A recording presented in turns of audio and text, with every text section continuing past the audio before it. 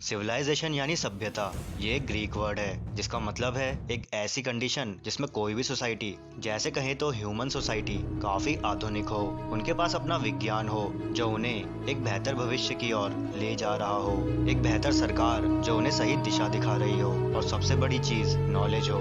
अब ज्ञात रूप से हम इंसान ही सबसे पहली सिविलाइजेशन है, क्योंकि आज हम चांद और मंगल तक पहुंच चुके हैं। हमने ब्रह्मांड की गहराइयों में छिपी सबसे दूर गैलेक्सी को भी खोज निकाला है। लेकिन हमारे इतने विकसित होने के बावजूद भी हमारे मन में कुछ सवाल अब भी अपना घर बनाए बैठे हैं। क्या इस ब्रह्मांड में हम अकेले हैं? क्या इस ब्रह्मांड में हम जैसी कोई और बुद्धिमान सभ्यता मौजूद है? और ऐसे ही और भी सवाल, और ये सवाल जायज हैं क्योंकि हम इंसानों का वजूद पूरे ब्रह्मांड के सामने पलक झपकाने से भी कम है।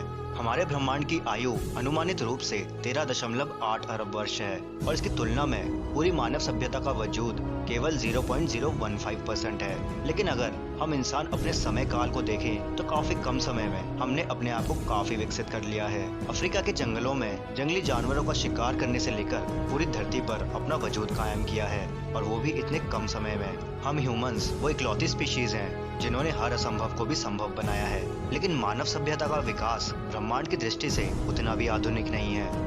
ब्रह्मांड की क्रिएशन से लेकर आज तक काफी समय बीत चुका है। ऐसे में सिर्फ ये कहना कि हम धरती पे रहने वाली प्रजातियां पूरे ब्रह्मांड में अकेले हैं तो ये थोड़ा अटपटा सा लगता है। लेकिन एक सवाल ये भी आता है कि अगर हम जैसी ही कोई और सभ्यता भी इस ब्रह्मांड में मौजूद है तो वो अभी तक हमसे क्यों नहीं मिले। लेकिन इसका जवाब ये भी हो सकता है कि क्या हो हमारी तरह वो भी हमें ढूंढ रहे हो। तो क्या हो अगर हम ऐसी ही एक सिविलाइजेशन से मिले जो हमसे भी ज्यादा आधुनिक हो। तो हेलो गाइस, मैं हूं पंकज। तो चलिए शुरू करते हैं आज के एपिसोड को।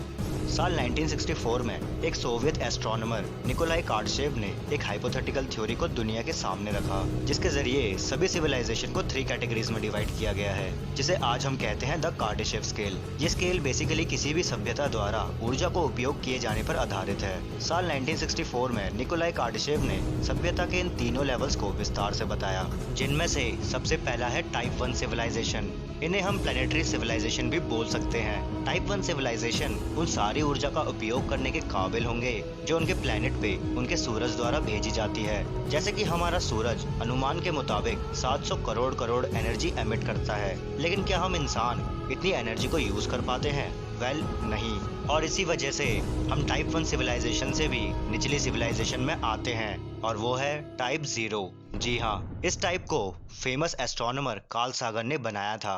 कार्ल सागन ने एक फॉर्मूले का इजाद किया था जो किसी भी सिविलाइजेशन के कार्डेसिव रेटिंग को मापने के लिए बनाया गया था, और वो फॉर्मूला ये है। इस फॉर्मूले के हिसाब से हम इंसानों को अपना एक कार्डेसिव रेटिंग मिलता है जो है 0.72, यानी हम टाइप 0.72 सिविलाइजेशन है।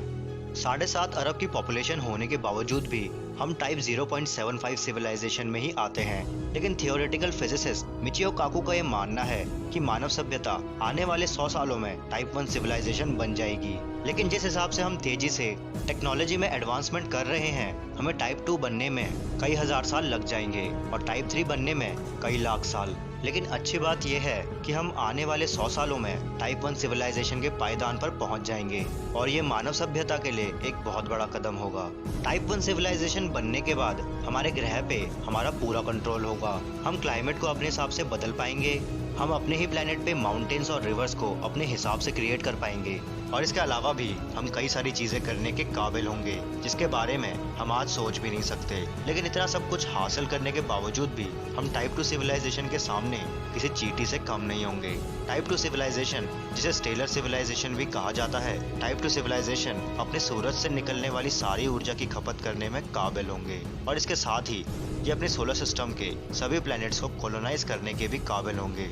इन्हें अपने सूरज की सारी ऊर्जा का इस्तेमाल करने के लिए एक खास तरह के यंत्र का इस्तेमाल करना होगा, और इस हाइपोथेटिकल यंत्र का नाम है डायसन स्फीयर।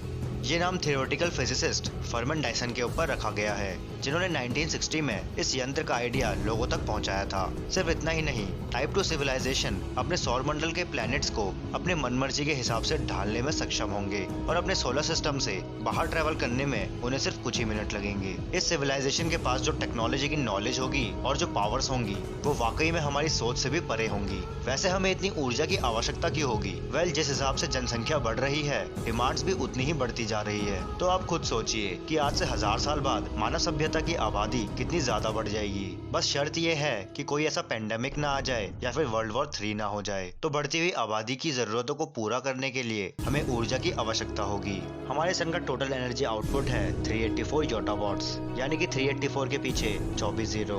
तो टाइप 2 सिविलाइजेशन बनने के लिए हमें इतनी ऊर्जा की खपत करनी होगी। ये नंबर वाकई में चौंका देते हैं, लेकिन टाइप 3 सिविलाइजेशन के आगे ये कुछ भी नहीं है।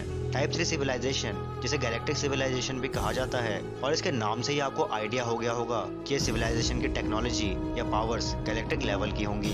टाइप 3 सिविलाइजेशन अपनी गैलेक्सी की पूरी ऊर्जा की खपत करने के काबिल होंगे। पूरी ऊर्जा, जी हाँ, इस सिविलाइजेशन के पास जो शक्तियाँ होंगी वो वाकई में लाजवाब होंगी। इस सिविलाइजेशन के पास भी टाइप 1 और टाइप 2 सिविलाइजेशन की तरह तारों की एनर्जी को यूज करने, अनेक ग्रहों में जीवन बसाने और साथ में एस्ट्रॉइड्स को माइन करने की काबिलियत होगी। लेकिन केवल एक सोलर सिस्टम में नहीं, बल्कि अरबों सौर मंडल में। इस तरह के सिविलाइजेशन के लिए प्लैनेट्स और सोलर सिस्टम महज एक खिलौने के समान होंगे। इनके पास प्लैनेट्स को सुधारने और बिगाड़ने की शक्तियाँ होंगी, और इनके लिए पूरी गैलेक्सी किसी प्लेग्राउंड से कम नहीं होगी।